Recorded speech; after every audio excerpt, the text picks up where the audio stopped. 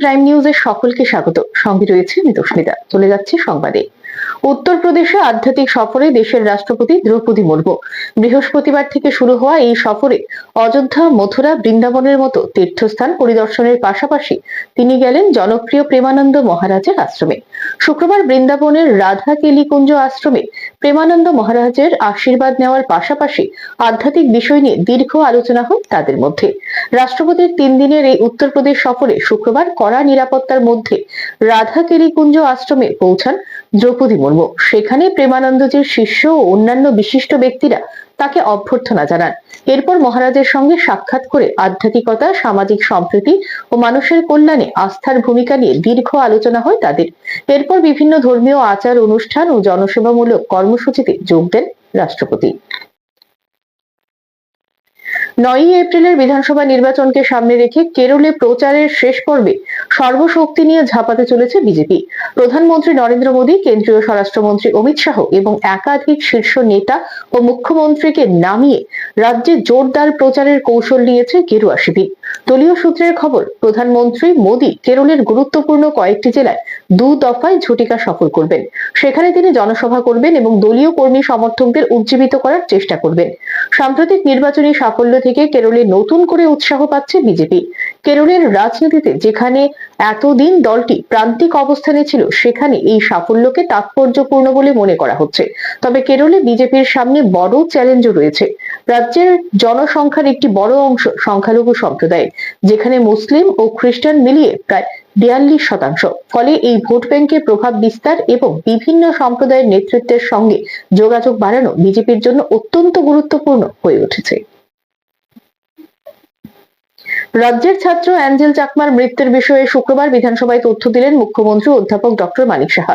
এদিন তিনি বিধায়ক পল দাংশুর আনা প্রশ্নের জবাব দেন। মুখ্যমন্ত্রী ডক্টর মানিক সাহা জানান, রাজ্যের ছাত্র অ্যাঞ্জেল চাকমার সাথে সেদিন কি হয়েছিল এবং পরবর্তী সময় কোথায় তার চিকিৎসা হয় এবং তার মৃত্যুর খবর জানতে তিনি কি কি পদক্ষেপ গ্রহণ করেছেন এবং উত্তরাখণ্ডের সরকারের তরফে কি কি পদক্ষেপ নেওয়া হয়েছে। সাথে এদিন মুখ্যমন্ত্রী জানান, অভিযুক্তদের বিরুদ্ধে কি কি আইনি পদক্ষেপ নেওয়া হয়েছে, বর্তমানে এক্ষেত্রে আরো কি কি পদক্ষেপ নেওয়ার পদক্ষেপ গ্রহণ করা হয়েছে, এ বিষয়ে তথ্য দেন তিনি। এই ঘটনা সম্পর্কে বিস্তারিতভাবে আমি বিধানসভায় বলতে চাই যে ঊনকোটি জেলার পেচারটোল থানার অন্তর্গত মাছমারার বাসিন্দা অ্যাঞ্জেল চাকমা, যার বয়স মাত্র 24 বছর, পিতা শ্রী তরুণ প্রসাদ চাকমা বিএসএফে কর্মরত, বর্তমান ঠিকানা দেবরাম ঠাকুরপাড়া, বুদ্ধনগর থানা, পশ্চিম ত্রিপুরা, যিনি দেরাদুন উত্তরাখণ্ডের জিজ্ঞাসা university MBA master of business অ্যাডমিনিস্ট্রেশনে অধ্যয়নরত ছিলেন। অ্যাঞ্জেল চাকমা বিগত 9 ডিসেম্বর 2025 ইংরেজি তারিখে দেরাদুনের সেলাকুই এলাকায় এক নৃশংস হামলায় গুরুতরভাবে আহত হন বলে অভিযোগ। গৃহীত তথ্য অনুযায়ী অ্যাঞ্জেল চাকমা এবং তার ছোট ভাই মাইকেল চাকমা বাজার করতে গিয়েছিলেন। অভিযোগ অনুযায়ী সেই সময় একদল মদ্যপ ব্যক্তি তাদের মুখোমুখি হয়ে বর্ণ বিদ্বেষমূলক মন্তব্য এবং দোষারোপ করে। তারা প্রতিবাদ করলে ঘটনাটি শারীরিকভাবে হামলার রূপ নেয়। মাইকেলকে ভূতা বস্তু, যেটা আমরা মেডিকেল টার্মে বলে যে ব্লান্ট একটা কোনো বস্তু দিয়ে তাকে আঘাত করা হয় এবং অ্যাঞ্জেলকে একাধিকবার ছুরিকাঘাত করা হয়। পরবর্তীতে অ্যাঞ্জেল চাকমা দেরাদুনের গ্রাফিক এরা হাসপাতালে ICUতে 17 দিন চিকিৎসাধীন থাকার পর গত 26 ডিসেম্বর 2025 তারিখে মারা যান। উক্ত ঘটনার পরিপ্রেক্ষিতে মাইকেল চাকমা একটি অভিযোগ দায়ের করেন, যেখানে তিনি উল্লেখ করেন যে গত 9/12/2025 তারিখে সন্ধ্যা প্রায় 6টা থেকে 7টার মধ্যে দেরাদুন জেলার সেলাকুই বাজারে তিনি ও তার ভাই অ্যাঞ্জেল চাকমা কিছু অজ্ঞাতনামা ব্যক্তির দ্বারা আক্রান্ত হন। এই অভিযোগ মূলে ওই অজ্ঞাতনামা ব্যক্তিদের বিরুদ্ধে দেরাদুন জেলার সেলাকুই থানার ভারতীয় ন্যায় সংহিতা BNS এবং তফসিল জাতি ও তফসিলি জনজাতি আইনের যথাক্রমে ধারা 103(1), 115(2), 351(3) এবং 3(5) এবং ধারা 3(2) এবং 5 রোমান এবং ব্র্যাকেটে 5A এই একটি মামলা রুজু হয় এবং মামলা নাম্বার হচ্ছে 151/। এই ঘটনার সাথে জড়িত থাকার অভিযোগে পুলিশ মোট 5 জন অভিযুক্তকে গ্রেপ্তার করেছে, 3 জন প্রাপ্তবয়স্ক এবং 2 জন কিশোর। সংগৃহীত তথ্য অনুযায়ী প্রধান অভিযুক্ত যজ্ঞরাজ অবস্থি পলাতক রয়েছে এবং সে নেপালে পালিয়ে গেছে বলেও রয়েছে। পলাতক প্রধান অভিযুক্ত যজ্ঞরাজ অবস্থিকে গ্রেফতারের জন্য প্রচেষ্টা জারি আছে। পরবর্তী আইনগত কার্যক্রমও চলমান রয়েছে এবং তল্লাশি অভিযান জারি আছে। লুকআউট সার্কুলার ও ব্লু কর্নার যে নোটিশ জারির মতো আইনগত পদক্ষেপ ইতিমধ্যে গ্রহণ করা হয়েছে। আদালত মামলাটির শুনানি চলছে। ধন্যবাদ।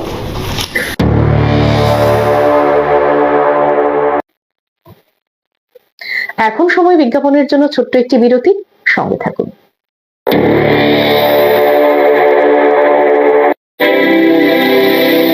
North east institute of nursing science Tripura রাজ্যে বিশ্বমানের পরিকাঠামোর সাথে ডিজিটাল ক্লাসরুম, নিজস্ব হসপিটাল ও দক্ষ ফ্যাকাল্টির দ্বারা BSc nursing, GNM nursing, ANM nursing course পরিচালিত করছে। রয়েছে ভারত সরকার ও ত্রিপুরা সরকারের নার্সিং কাউন্সিলিংয়ের বিশেষ অনুমোদন। এছাড়াও ইন ক্যাম্পাস রয়েছে উন্নত মানের hostel facility, laboratory, library, indoor sports zone ও ওয়াইফাইয়ের সুবিধা। ছাত্রছাত্রীদের জন্য রয়েছে বাসের ফ্যাসিলিটি। তাই নার্সিং পড়তে এখন আর বহির্রাজ্যে নয়, নিজের রাজ্যে 100% প্লেসমেন্ট অ্যাসিস্ট্যান্সের সাথে নার্সিং পড়ার স্বপ্ন পূরণ করুন।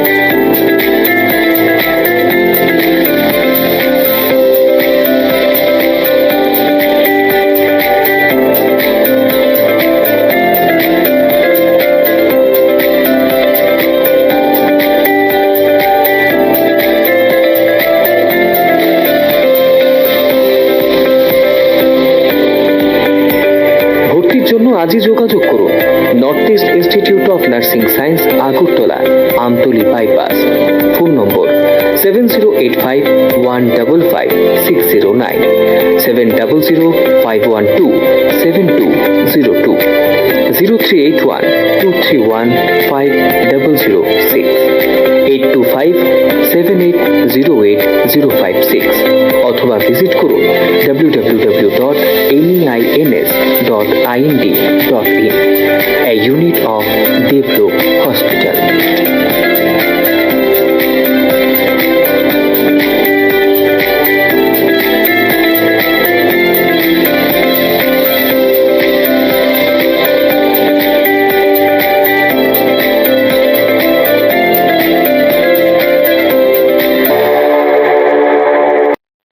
বিরতির পর ফিরে এলাম সংবাদে। ভারত ও বাংলাদেশের দ্বিপাক্ষিক সম্পর্ক আরো এগিয়ে নিয়ে যাওয়ার লক্ষ্যে শুক্রবার নয়াদিল্লিতে বৈঠক করলেন ভারতের বিদেশ মন্ত্রী এস জয়শঙ্কর এবং ভারতে নিযুক্ত বাংলাদেশের হাই কমিশনার রিয়াজ হামিদুল্লাহ। বৈঠকে দুদেশের সম্পর্কের নানা দিক নিয়ে আলোচনা হয়েছে। বৈঠকের পর সামাজিক মাধ্যম এক্সে জয়শঙ্কর লেখেন, বাংলাদেশের হাই কমিশনার রিয়াজ হামিদুল্লাহর সঙ্গে তার সাক্ষাৎ হয়েছে এবং আলোচনার মূল কেন্দ্রবিন্দু ছিল দ্বিপাক্ষিক সম্পর্ককে আরো এগিয়ে নিয়ে যাওয়া। ত্রিপুরা বিধানসভার বাজেট অধিবেশনে রাজ্যের উচ্চশিক্ষা ক্ষেত্রে শিক্ষক শূন্যপদ ও গেস্ট লেকচারার নিয়োগ নিয়ে তীব্র বিতর্কের সৃষ্টি হয়। কংগ্রেস বিধায়ক সুদীপ রায় বর্মন শুক্রবার উচ্চশিক্ষা মন্ত্রী কিশোর বর্মনকে একাধিক প্রশ্নের চাপে ফেলেন। যদিও মন্ত্রী এ বিষয়ে তথ্য দিলেও পরবর্তীতে মুখ্যমন্ত্রী এই বিষয়ে হস্তক্ষেপ করে বিষয় খতিয়ে দেখা হবে বলে আশ্বাস দেন। ত্রিপুরা বিধানসভার বাজেট অধিবেশনে রাজ্যের উচ্চশিক্ষা ক্ষেত্রে শিক্ষক শূন্যপদ ও গেস্ট লেকচারার নিয়োগ নিয়ে তীব্র বিতর্কের সৃষ্টি হয়। কংগ্রেস বিধায়ক সুদীপ রায় বর্মন শুক্রবার বিষয়টি উত্থাপন করে জানান, সরকার যেখানে 306টি শূন্যপদের কথা স্বীকার করেছে, সেখানে রাজ্যের বিভিন্ন কলেজে বর্তমানে 732 জন গেস্ট বা ভিজিটিং লেকচারার নিযুক্ত রয়েছে। তিনি বলেন, ত্রিপুরা পাবলিক সার্ভিস কমিশন টিপিএসসির মাধ্যমে 200টি পদের নিয়োগ প্রক্রিয়া চলমান। পাশাপাশি আরও 201টি নতুন পদ সৃষ্টির প্রস্তাব রয়েছে, যার ফলে মোট সংখ্যা দাঁড়াচ্ছে 401। এই পরিস্থিতিতে অতিরিক্ত 95টি পদ সৃষ্টির যৌক্তিকতা নিয়েও প্রশ্ন তুলেন তিনি। নিয়োগের মানদণ্ড নিয়েও অসঙ্গতির অভিযোগ তুলেন কংগ্রেস বিধায়ক। ইউজিসি এর নির্দেশিকা অনুযায়ী লেকচারারদের নেট, স্লেট বা পিএইচডি ডিগ্রি থাকা আবশ্যক হলেও বাস্তবে অনেক গেস্ট লেকচারার কেবল স্নাতকোত্তর ডিগ্রিধারী বলে দাবি করেন তিনি। এমনকি কিছু ক্ষেত্রে শুধুমাত্র পিজি ডিগ্রিধারীদের সহকারী অধ্যাপক পদে উন্নীত করা হয়েছে বলে অভিযোগ তোলেন। পাশাপাশি 40 বছরের ঊর্ধ্বে প্রার্থীদের জন্য বয়সসীমা শিথিল করা হবে কিনা সে প্রশ্নও তোলেন তিনি। এর জবাবে মন্ত্রী কিশোর বর্মন তথ্য স্পষ্ট করার চেষ্টা করেন, তবে মুখ্যমন্ত্রী মানিক সাহার হস্তক্ষেপ করে জানান, দীর্ঘদিন ধরেই নেট, স্লেট ও পিএইচডি যোগ্য প্রার্থীর অভাব থাকায় গেস্ট ও ভিজিটিং লেকচারার নিয়োগের প্রথা চালু রয়েছে। এতে আপত্তি জানিয়ে সুদীপ রায় বর্মন দাবি করেন, রাজ্যে প্রায় 1700 জন যোগ্য প্রার্থী রয়েছেন, বিষয়টি খতিয়ে দেখা হবে বলে আশ্বস্ত করেন মুখ্যমন্ত্রী। উল্লেখ্য, এর আগে কংগ্রেস বিধায়ক গোপাল চন্দ্র রায় বাজেট অধিবেশনের পঞ্চম দিনে কলেজগুলোতে শূন্য পদের বিষয়টি উত্থাপন করেছিলেন। জবাবে মন্ত্রী পুনরায় জানান, 306টি শূন্যপদ রয়েছে এবং সেগুলো পূরণের উদ্যোগ নেওয়া হচ্ছে, তবে নিয়োগ প্রক্রিয়া কবে শুরু হবে তা নিয়ে নির্দিষ্ট সময়সীমা জানতে চান বিরোধীরা। এদিকে বিরোধী দলনেতা জিতেন্দ্র চৌধুরী আলোচনায় যোগ দিয়ে জানান, 2019 সালের 30 জুলাইয়ের তথ্য অনুযায়ী সহকারী অধ্যাপকের অনুমোদিত পদ সংখ্যা 1390 এবং ইউজিসি নিয়ম অনুযায়ী শিক্ষক শিক্ষার্থী অনুপাত হওয়া উচিত 1.30। মন্ত্রী কিশোর বর্মন বিস্তারিত তথ্য দিয়ে জানান, 306টি শূন্য পদের মধ্যে 234টি সাধারণ ডিগ্রি কলেজে, 26টি পেশাগত কলেজে এবং 46টি টেকনিক্যাল প্রতিষ্ঠানে রয়েছে। সাধারণ ডিগ্রি কলেজে মোট 683টি পদের মধ্যে 449টি পূরণ হয়েছে এবং 201টি সহকারী অধ্যাপক নিয়োগের জন্য টিপিএসসি-কে অনুরোধ পাঠানো হয়েছে। টেকনিক্যাল কলেজগুলোতে 104টি পদের মধ্যে 58টি পূরণ এবং 46টি শূন্য রয়েছে। পাশাপাশি আরও 200টি নতুন পদ সৃষ্টির প্রস্তাবও রয়েছে। তবে এইসব পদক্ষেপের পরও রাজ্যের কলেজগুলোতে 732 জন গেস্ট লেকচারারের উপস্থিতি বিরোধীদের সমালোচনার কেন্দ্রে থেকে যায়। Bureau report, AKV TV. রাজধানীর শহরতলি আমতলী বাইপাস এলাকায় দুঃসাহসিক ছিনতাইয়ের ঘটনায় চাঞ্চল্য ছড়িয়েছে। প্রকাশ্যে প্রায় 51 লক্ষ টাকার রাবার বোঝাই একটি ট্রাক ছিনতাই হয়েছে বলে অভিযোগ উঠেছে। ঘটনায় চাঞ্চল্য দেখা দিয়েছে। আমতলী বাইপাস এলাকায় দুঃসাহসিক ছিনতাইয়ের ঘটনায় চাঞ্চল্য ছড়িয়েছে। প্রকাশ্যে প্রায় 51 লক্ষ টাকার রাবার বোঝাই একটি ট্রাক ছিনতাই হয়েছে বলে অভিযোগ উঠেছে।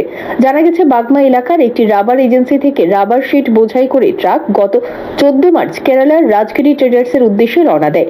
অভিযোগ, পথমধ্যে বৈজয়নগর থানার অন্তর্গত আমতলী বাইপাস এলাকায় ট্রাকটি আটক করে দুষ্কৃতিকারীরা। ছিনতাইকারীরা ট্রাক সহ চালককে জোর করে থামিয়ে রাবার শিটগুলো আনলোড করে নিয়ে যায়। পরে চালককে ট্রাক সহ ছেড়ে দেয় তারা। ঘটনার পর চালক বৈজয়নগর থানায় গিয়ে বিষয়টি জানায় এবং উভয় পক্ষের মালিকদের সঙ্গেও যোগাযোগ করা হয়। শুক্রবার গাড়ির মালিক এসে পুলিশের সাথে এই বিষয়ে কথা বলেন বলে জানা গেছে। তারপরে চোদ্দ লুট দেওয়ার পরে গাড়ি যথারীতি বিল টিল দেওয়া হয়েছে, পেমেন্ট হয়েছে, গাড়ি ছাড়া হয়েছে। আমার ট্রান্সপোর্টে ফোন করছে, গাড়ি ছাড়া দেয়, মালিকও ফোন করছে, গাড়ি ছাড়া দাও, সব কিছু হচ্ছে, গাড়ি ছাড়া দিছি। তারপরে গাড়ি যতটুকু শুনলাম মালিক বললো গাড়ি ট্রান্সপোর্ট এখানে আইসে। আওয়ার পরে তারা ওই হ্যাঁ কাগজপত্র দিয়েছে, বিল টিল দেওয়া হয়েছে, হ্যাঁ গাড়ি ভাড়াও দিছে, পেমেন্ট সব কিছু দেওয়ার পরে গাড়ি আবার থেকে রওনা দিছে। এরপরে তো সব ঠিক আছে। এরপর দিন সকালে আমার ফোন করলো মালিক যে सब्जी गाड़ी जो दिया उसको गाड़ी मिल नहीं रहा है, वो मोबाइल स्विच ऑफ आ रहा है।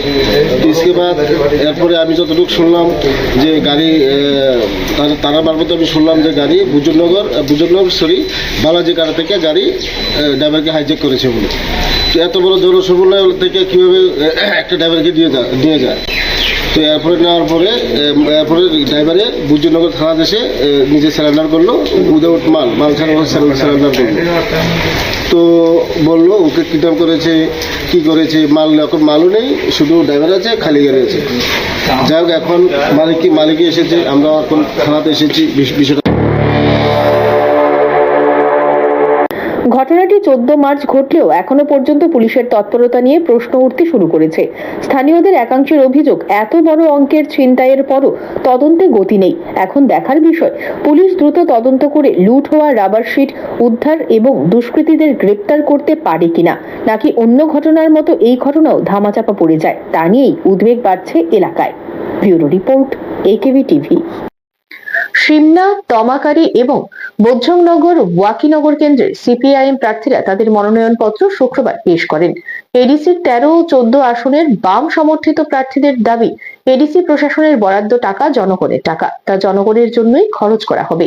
পাশাপাশি এডিসিতে দুর্নীতির অভিযোগ এনে তিপ্রামথার বিরুদ্ধেও ক্ষোভ প্রকাশ করা হয়। শুক্রবার ত্রিপুরা স্বশাসিত জেলা পরিষদের নির্বাচনে এডিসির 13 সিমনা, তমাকারি এবং 14 বোজ্জংনগর ওয়াকিনগর কেন্দ্রের সিপিআইএম দলের প্রার্থী অমূল্য দেববর্মা এবং সঞ্জিত দেববর্মা মোহনপুর মহকুমা শাসক কার্যালয়ে নির্বাচন আধিকারিকের নিকট নমিনেশন দাখিল করেন। এই সময় বামুটিয়ার বিধায়ক নয়ন সরকার সহ সিপিআইএম নেতা কর্মী সমর্থকরা প্রাকৃতিক দুর্যোগকে উপেক্ষা করে মিছিলের মধ্য দিয়ে এই নমিনেশন দাখিল করেন। প্রার্থীরা সংবাদ মাধ্যমের মুখোমুখি হয়ে প্রতিক্রিয়া ব্যক্ত করতে গিয়ে বলেন, তারা এডিসি নির্বাচনে জয়ী হবেন বলে আশাবাদী। আর এই জয়ের ব্যাপারে তারা নিশ্চিত, কারণ মানুষ শান্তি চায়, জনগণের টাকা জনগণের কল্যাণে খরচ হোক তা চায় এবং তারা এডিসি প্রশাসনে আসলে জনগণের টাকা জনগণের জন্য জনগণের কল্যাণে খরচ করবেন, যা যা করণীয় তা করবেন বলেও প্রতিশ্রুতি দেন। পাশাপাশি এডিসিতে দুর্নীতির অভিযোগ এনে তিপ্রামথার বিরুদ্ধেও ক্ষোভ প্রকাশ করা হয়। এডিসি উনি বলতে কিছু নেই, শুধু দুর্নীতি আর দুর্নীতি। তাদের যে গত 2021 সনে এখানে তিপ্রামথা যে স্লোগান তুলে তারা গ্রেটার টিপ্রাল্যান্ড, টিপ্রাসা একর সহ বিভিন্ন দাবি নিয়ে তারা যেভাবে পঞ্চায়েত নাম দিয়ে উপজাতিতে তারা এখানে যে কথা দিয়েছিল, তারা কোনোটাই তারা একটা দাবিও তারা কেন্দ্র থেকে তারা আনতে পারেনি। এর জন্য আমাদের উপজাতি এলাকাতে এখন মথার বিরুদ্ধে মানুষ একদম সাইলেন্ট মুডে আছে। হ্যাঁ, মথা আগের মতো জোর এখন তারা এই জোর হারিয়ে ফেলেছে। হ্যাঁ, এবারের ভোট একটা মিরাকলের ভোট হবে। মানুষ জবাব দেবে ভোটের মেশিনে। যদি মানুষ সুষ্ঠুভাবে এবার ইলেকশনে যদি ভোট দিতে পারে, তবে আমার 14 নম্বর ওয়াকিনগর কেন্দ্র সহ সারা রাজ্যের 28টি কেন্দ্রে বামফ্রন্ট প্রার্থীদের জয় 100% নিশ্চিন্ত।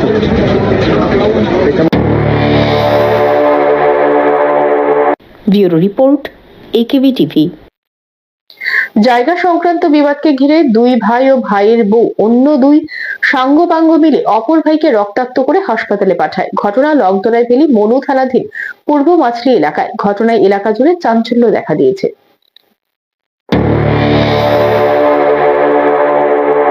লংতরাই ভ্যালি মনু থানাধীন পূর্ব মাছলি এলাকার বাসিন্দা তথা একই ঘরের 3 ভাইয়ের জায়গা সংক্রান্ত বিষয় নিয়ে চরম আকার ধারণ করে। জানা গেছে, প্রজেশ দাস, গণেশ দাস ও কার্তিক দাসের মধ্যে জায়গা সংক্রান্ত বিবাদ নিয়ে দীর্ঘদিন ধরেই ঝামেলা চলছিল। বাড়িতে জায়গার পরিমাণ 40 থেকে 45 কানি মোট সম্পত্তি রয়েছে। এই বিষয়টি নিয়ে কোর্টে মামলাও চলছে। অভিযোগ উঠেছে, প্রজেশ দাস ও গণেশ দাস জায়গাগুলো হাতিয়ে নেওয়ার জন্য দীর্ঘদিন ধরে প্রচেষ্টা চালিয়ে যাচ্ছে। অভিযোগ, সেই রেস ধরে 3 ভাইয়ের মধ্যে বড় ভাই কার্তিক দাসকে প্রাণঘাতী হামলা চালিয়ে তাকে রক্তাক্ত করে। সাথে সাথে তাকে প্রথমে 82 মাইল হাসপাতালে নেওয়া হয়। সেখানে যাওয়ার পর অবস্থার বেগতি দেখতে পেয়ে চিকিৎসক উন্নত চিকিৎসার জন্য কুলাই হাসপাতালে রেফার করে। এ বিষয়ে আহতর স্ত্রী সুজাতা পুরকায়স্থ মনু থানায় অভিযুক্তদের নাম ধাম দিয়ে মামলা দায়ের করে। অভিযুক্তরা হলেন প্রজেশ দাস, গণেশ দাস, চম্পা দাস, সবিতা দাস, শান্তিবালা দাস ও সঞ্জিত দাস। এদের বিরুদ্ধে মামলা দায়ের করা হয়। শুক্রবার ঘটনার বিস্তারিত তুলে ধরেন আহত কার্তিক দাস।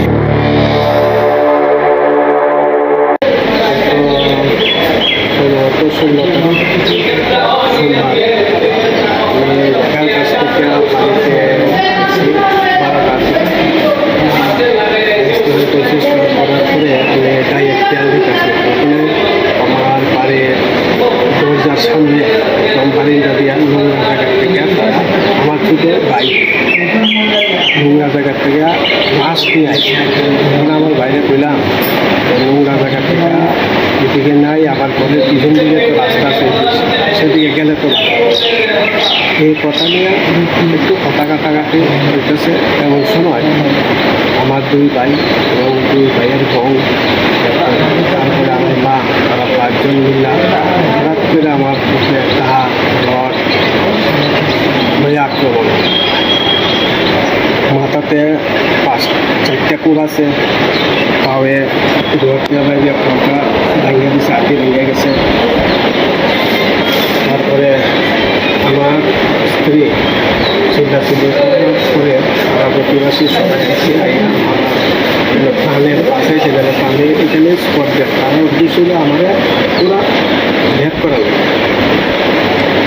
আমার কিছু জায়গা আছে 30-40 কাঠের মতো, আমার কোনো এক মেয়ে আর কেউ নাই। ওই জায়গাটার উপরে আগের লোক আমার জায়গাটা অনেক জায়গা কারো দখল করেও নিয়েছে। এখানে মামলাও চলতেছে আজকে 1 বছর ধরে। তারা অনেক এদিকে জানা গেছে মামলা দায়ের করার পরও মনু থানার পুলিশ এখন পর্যন্ত অভিযুক্তদের গ্রেপ্তার করেনি। এদিকে আহত কার্তিক দাসের পরিবারের স্ত্রী ও এক কন্যা রয়েছে। অভিযোগ উঠেছে সেই সুযোগকে কাজে লাগিয়ে বাহুবলীর জোরে এ ধরনের কাণ্ড করে যাচ্ছিল অভিযুক্তরা। Bureau report, AKV TV. দক্ষিণ ত্রিপুরার দুটো এডিসি আসনে বামফ্রন্ট সমর্থিত সিপিআইএম প্রার্থীরা তাদের নমিনেশন জমা দেন। 27 পূর্ব মুহুরীপুর ভুরাতুলি আসনে প্রার্থী বারজুং ত্রিপুরা এবং 28 শিলাছড়ি মনু বনকুল এসটি সংরক্ষিত আসনে প্রার্থী উচাত হৈমক তাদের মনোনয়ন রিটার্নিং অফিসারের কাছে শুক্রবার জমা দেন। এছাড়া 26 বীরচন্দ্রনগর কলসি কেন্দ্রের সিপিআইএম প্রার্থী নরেন্দ্র রিয়াংও এদিন মনোনয়নপত্র দাখিল করেন।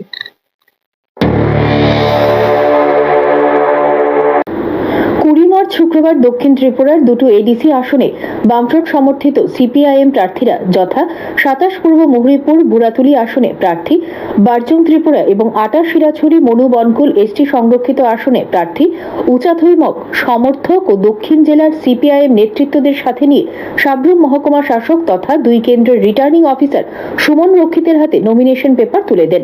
এর আগে সকাল 11:30টার কলাছড়া থেকে একটি বাইক ও গাড়ি সহযোগে মিছিল করে মনু বনকুল হয়ে সাব্রুম মহকুমা বিভাগীয় অফিসের সামনে এরা আসে। সেখান থেকে সংঘবদ্ধভাবে পার্টির সমর্থকদের নিয়ে মিছিল করে মহকুমা অফিসে আসে। মিছিলে উপস্থিত ছিলেন 27 মুহুরীপুর ভুরাতুলি আসনের প্রার্থী বারজুং মগ এবং 28 শিলাছড়ি মনু বনকুল এডিসি আসনের প্রার্থী উচাত হৈমক ছাড়াও সিপিআইএম কেন্দ্রীয় কমিটির সদস্য কৃষ্ণা রক্ষিত, শঙ্কর প্রসাদ দত্ত, তাপস দত্ত ও জিএমপি নেতা প্রাক্তন বিধায়ক প্রভাত চৌধুরী প্রমুখ।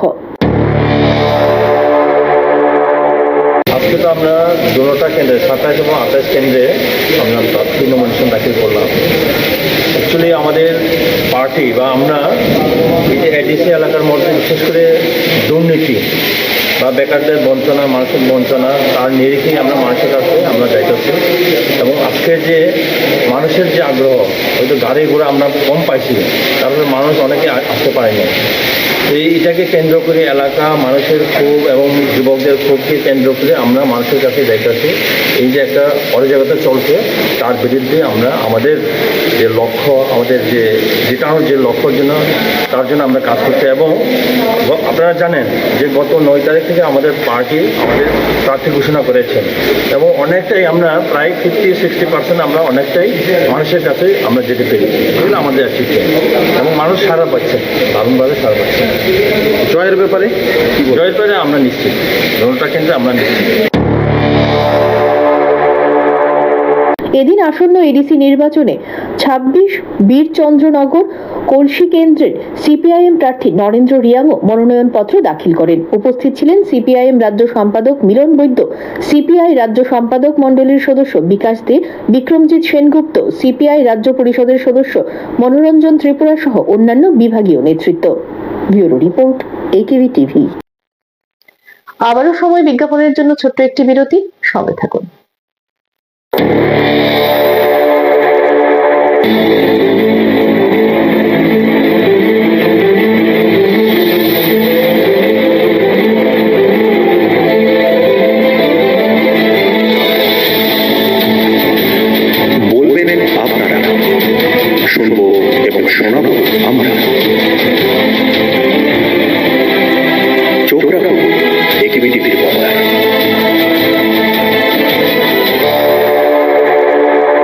বিরতির পর স্বাগত সংবাদে। গোমতী জেলা পরিষদ অফিসে দুঃসাহসিক চুরির ঘটনায় 2 অভিযুক্তকে গ্রেপ্তার করল রাধাকিশোরপুর থানার পুলিশ। জানা গেছে, গত 17 মার্চ ভোরে অফিসের ইন্টেরিয়র কাজের জন্য রাখা প্রায় 1.5 লক্ষ টাকার মূল্যবান ইলেকট্রনিক সামগ্রী নিয়ে চম্পট দেয় দুষ্কৃতিকারীরা। 18 মার্চ সকালে কর্মীরা বিষয়টি টের পেয়ে পুলিশে খবর দেয়। তদন্তে নেমে পুলিশ সিসিটিভি ফুটেজ খতিয়ে দেখে কুখ্যাত চোর সুমন মিয়া ও কামিজ মিয়াকে শনাক্ত করে। 19 মার্চ বিকেলে রাজারবাগ মুসলিম পাড়ায় অভিযান চালিয়ে তাদের গ্রেপ্তার করা হয়। পুলিশ সূত্রে খবর, সুমনের বিরুদ্ধে 7টি এবং কামিজের বিরুদ্ধে 3টি মামলা রয়েছে। ধৃতদের শুক্রবার আদালতে তোলা হয়।